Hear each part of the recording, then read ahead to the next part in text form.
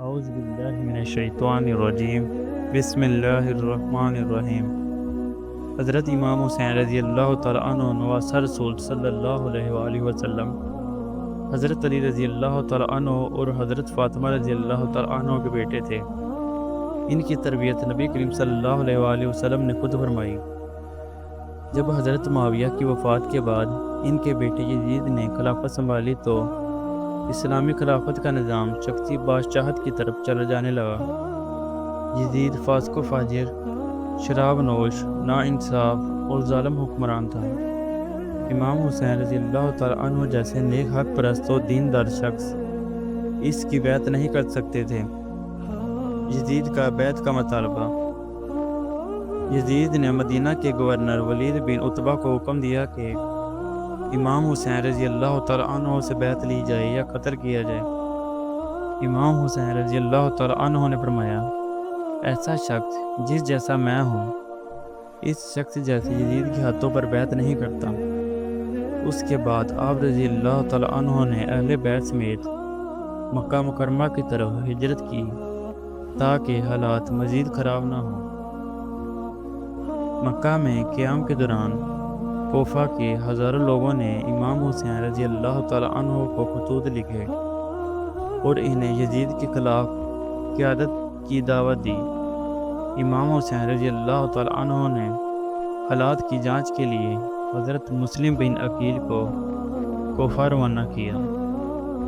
ابتدائی طور پر 18,000 لوگوں نے حضرت مسلم رضی اللہ تعالیٰ عنہ کی بیعت کی، لیکن جب یزید نے ابن زیاد کو کوفہ کا گورنر بنایا تو لوگوں نے حضرت مسلم رضی اللہ تعالیٰ عنہ کو تنہا چھوڑ دیا اور انہیں گرفتار کر کے شہید کر دیا گیا۔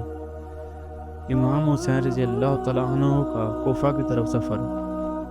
امام حسین رضی اللہ تعالیٰ عنہ نے جب حضرت مسلم رضی اللہ تعالیٰ عنہ کی شہادت کی خبر سنی تو رکنے کی بجائے حق کی خاطر آگے بڑھنے کا فیصلہ کیا۔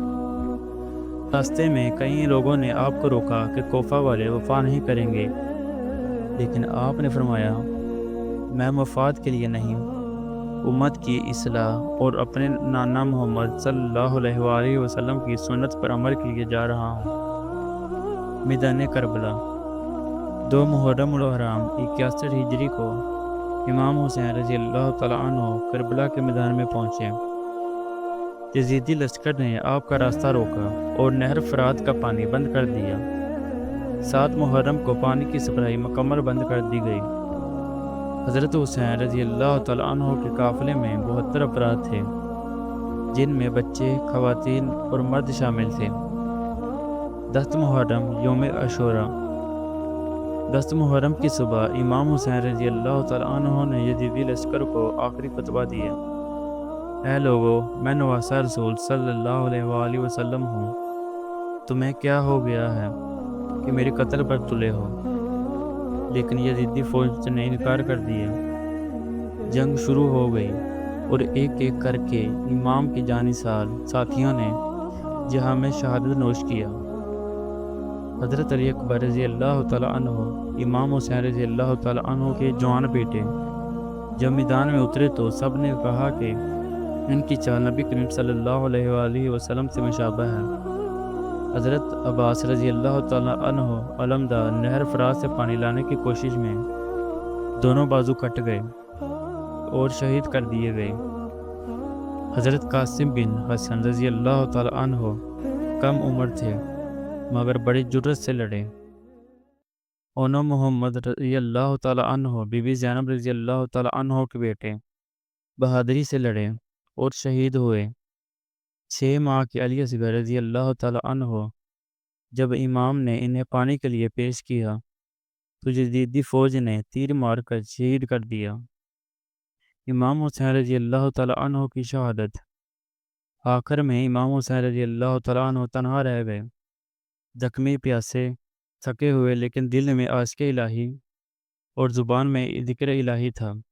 دشمن نے بے رحمی سے آپ رضی اللہ تعالیٰ عنہ کو شہید کر کے سر قلم کر دیا۔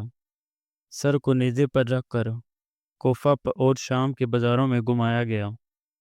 یزید کا ظلم اور بی بی زینب رضی اللہ تعالیٰ عنہ کا کردار۔ امام حسین کی شہادت کے بعد خواتین اور بچوں کو قیدی بنایا گیا۔